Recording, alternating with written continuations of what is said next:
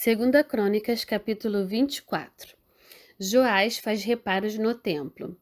Joás tinha 7 anos quando começou a reinar, e reinou em Jerusalém por 40 anos. Sua mãe se chamava Zíbia e era de Berseba. Joás fez o que era certo aos olhos do Senhor enquanto o sacerdote Joiada estava vivo. Joiada escolheu 2 esposas para Joás, e ele teve filhos e filhas. Algum tempo depois, Joás resolveu fazer reparos no templo do Senhor. Reuniu os sacerdotes e os levitas e lhes deu as seguintes instruções: vão a todas as cidades de Judá e recolham o imposto anual para fazer os reparos no templo do Senhor. Façam isso logo. Os levitas, porém, não se apressaram. Então o rei mandou chamar o sumo sacerdote Joiada e lhe perguntou: por que você não exigiu que os levitas saíssem e recolhessem os impostos que as cidades de Judá e a cidade de Jerusalém devem pagar para o templo? Moisés, servo do Senhor, estabeleceu que a comunidade de Israel pagasse esse imposto para a manutenção do tabernáculo da aliança. Ao longo dos anos, os seguidores da perversa Atalia haviam arrombado o templo de Deus e usado os objetos sagrados do templo do Senhor para adorar as imagens de Baal. Por isso, o rei ordenou que fizessem uma caixa grande e a colocassem do lado de fora da porta do templo do Senhor. Então foi proclamado em Judá e em Jerusalém que o povo devia trazer ao Senhor o imposto que Moisés, servo de Deus, havia requerido dos israelitas no deserto. Isso agradou todos os líderes e o povo, e eles trouxeram de bom grado suas contribuições e as colocaram na caixa até enchê-la. Sempre que a caixa ficava cheia, os levitas a levavam aos oficiais do rei. O secretário da corte e um oficial do sumo sacerdote a esvaziavam e a levavam de volta ao templo. Assim faziam diariamente e reuniram muitos recursos.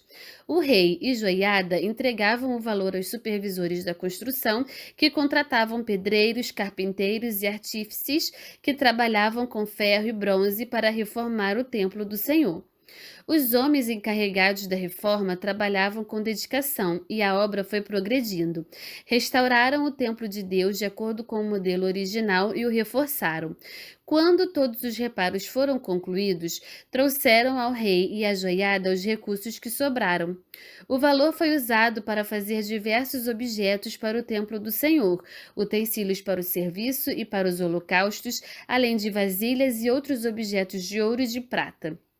Enquanto o sacerdote Joiada viveu, os holocaustos eram oferecidos continuamente no templo do Senhor. Joiada viveu muitos anos e morreu em idade avançada, com 130 anos. Foi sepultado entre os reis na cidade de Davi, pois havia feito o bem em Israel para Deus e seu templo. As reformas de Joiada são desfeitas. Depois da morte de Joiada, os líderes de Judá vieram ao rei Joás e se curvaram diante dele, e ele ouviu seus conselhos. Abandonaram o templo do Senhor, o Deus de seus antepassados, e adoraram postes de Azerá e ídolos. Por causa desse pecado, a ira de Deus veio sobre Judá e Jerusalém. Ainda assim, o Senhor enviou profetas para trazê-los de volta para ele. Os profetas os advertiram, mas o povo não quis ouvir. Então o Espírito de Deus veio sobre Zacarias, filho do sacerdote Joiada. Ele se pôs em pé diante do povo e disse: Isto é o que Deus diz.